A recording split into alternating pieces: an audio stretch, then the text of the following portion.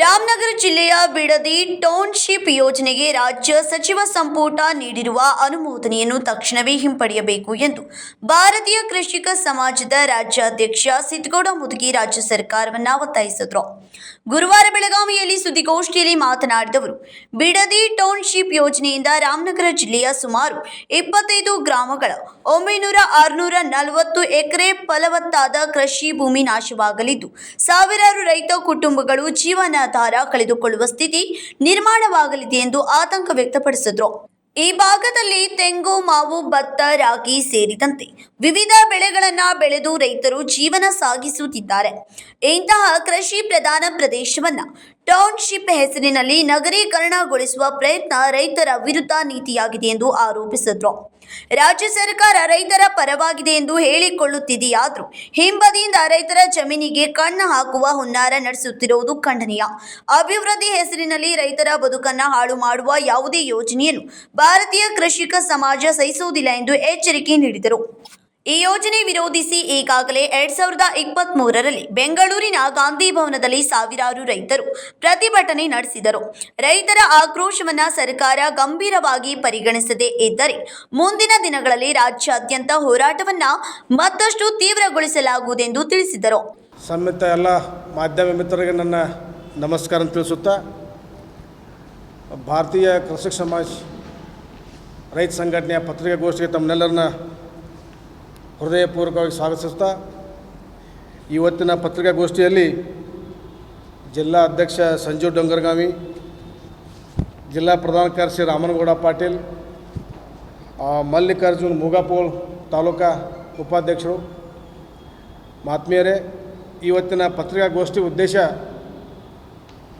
ರಾಮನಗರ ಜಿಲ್ಲೆ ಬಿಡದಿ ಟೌನ್ಶಿಪ್ ಹಿಂಪಡೆದು ರೈತ ವಿರೋಧಿ ಯೋಜನೆಯನ್ನು ಕೈ ಬಿಡಬೇಕನ್ನುವಂಥ ಆಗ್ರಹವನ್ನು ಇವತ್ತು ಭಾರತೀಯ ಕೃಷಿ ಸಂಘಟನೆಯಿಂದ ನಾವು ಮಾಡ್ತಾಯಿದ್ದೀವಿ.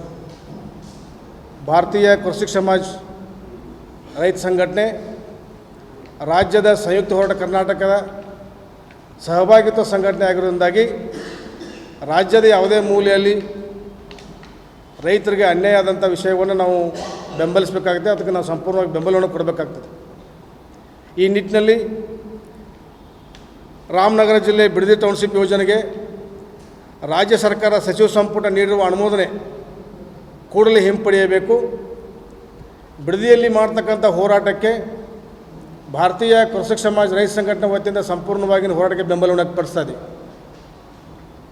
ಬಿಡದಿ ಟೌನ್ಶಿಪ್ ಯೋಜನೆಯ ವ್ಯಾಪ್ತಿಯ ಸುಮಾರು 25 ಗ್ರಾಮಗಳ 9,640 ಎಕರೆ ಫಲವತ್ತಾದ ಜಮೀನು.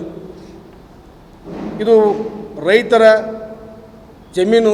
ಪಾರಂಪರಿಕವಾಗಿ ತೆಂಗು, ಮಾವು, ಭತ್ತ, ವಿವಿಧ ಥರದ ಬೆಳೆಯನ್ನು ಬೆಳೆಯಬೇಕಂತ ಫಲವತ್ತಾದ ಜಮೀನನ್ನು ಇಡೀ ನೂರಾರು ವರ್ಷಗಳಿಂದ ಕೃಷಿ ಬದುಕನ್ನು ನಂಬಿರುವಂಥ ರೈತರ ನಂಬಿ ಸಾವಿರಾರು ಕುಟುಂಬಗಳು ಬದುಕ್ತಾ ಇದ್ದಾವೆ. ಈ ಯೋಜನೆಗೆ ನೀವು ಮಾಡೋದ್ರಾಗ ರೈತರ ಕುಟುಂಬಗಳು ಬೀದಿಗೆ ಬರ್ತಾವೆ ಅನ್ನುವಂಥ ತೊಂದರೆ ಆಗ್ತಾಯಿದೆ. ಇನ್ನೊಂದು ಜೊತೆಯಲ್ಲಿ ಪರಿಸರಕ್ಕೆ ಕೂಡ ತೊಂದರೆ ಆಗ್ತಾಯಿದೆ. ಅದಕ್ಕಾಗಿ ಈ ತಮ್ಮೆಲ್ಲರ ಮುಖಾಂತರವಾಗಿ ಬೆಳಗಾವಿಯಿಂದ ನಾವು ಸನ್ಮಾನ್ಯ ಉಪಮುಖ್ಯಮಂತ್ರಿ ಡಿ ಕೆ ಶಿವಕುಮಾರ್ ಸಾಹೇಬರಿಗೆ ನಾವು ವಿನಂತಿ ಮಾಡ್ಕೋತೇವೆ. ಹಠ ಬಿಡಬೇಕು, ಅಭಿವೃದ್ಧಿ ಮಾಡಿ. ಅಭಿವೃದ್ಧಿಗೆ ನಮ್ಮ ರೈತ ಸಂಘಟನೆಗಳು ಯಾವ ವಿರೋಧ ಇಲ್ಲ. ಆದರೆ ರೈತರ ಜೊತೆ ಹಠ ಬಿಟ್ಟು ಸಮನ್ವಯ ಸಾಧಿಸಿ ರೈತರ ಭಾವನೆಗಳಿಗೆ ಗೌರವ ಕೊಡಬೇಕು ಅಂತ ಮಾತನ್ನು ತಮ್ಮ ಮೂಲಕ ಹೇಳಿಕ್ಕೆ ಇಚ್ಛಪಡ್ತಾ ಇದ್ದೀನಿ. ತಮ್ಮ ಇನ್ನೊಂದು ವಿಷಯ ತಮ್ಮ ಗಮನಕ್ಕೆ ತರ್ತಾ ಇದ್ದೇನೆ.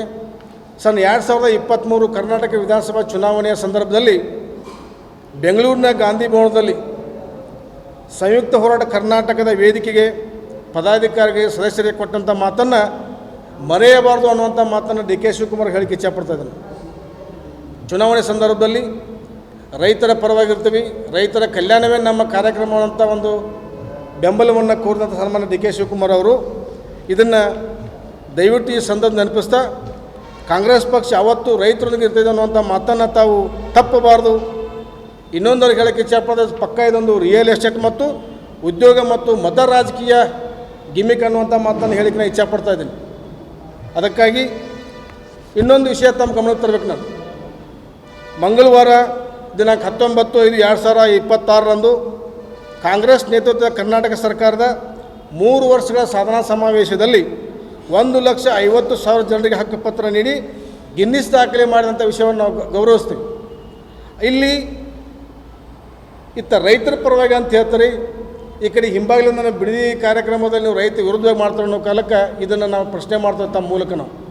ಅದಕ್ಕಾಗಿ ಈ ರೈತರ ಚಟುವಟಿಕೆಯನ್ನು ಬಿಡುವುದು ಸರಿಯಾದ ಕ್ರಮ ಅಲ್ಲ.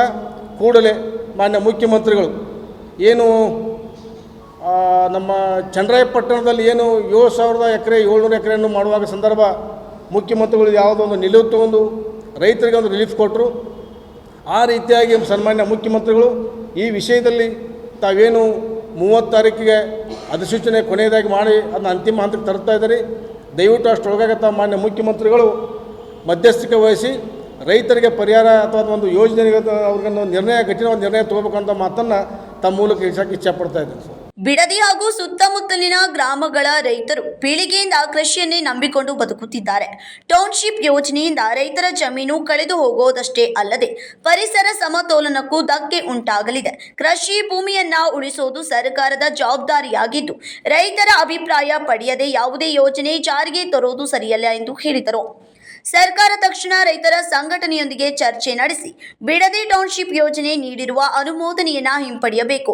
ಇಲ್ಲವಾದರೆ ರಾಜ್ಯದ ರೈತ ಸಂಘಟನೆಗಳು ಒಟ್ಟುಗೂಡಿಸಿ ಬೃಹತ್ ಹೋರಾಟ ರೂಪಿಸಲಾಗುವುದೆಂದು ಎಚ್ಚರಿಸಿದರು. ಸಂಜೀವ್ ಹೊಂಗರಗಾವಿ, ರಾಮನಗೌಡ ಪಾಟೀಲ್, ಮಲ್ಲಿಕಾರ್ಜುನ್ ಮೂಗಪ್ಪನವರ್ ಸೇರಿದಂತೆ ಹಲವರು ಉಪಸ್ಥಿತರಿದ್ದರು. Vinod Kolkar, KMM Kannada news, Belagavi.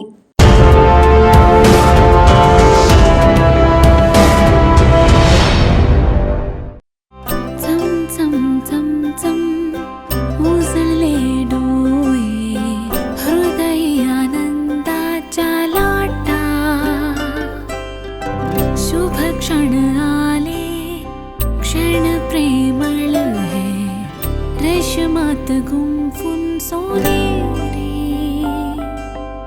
BS Channabasappa and Sons, The Textile Mall, Tilakwadi, Belagavi.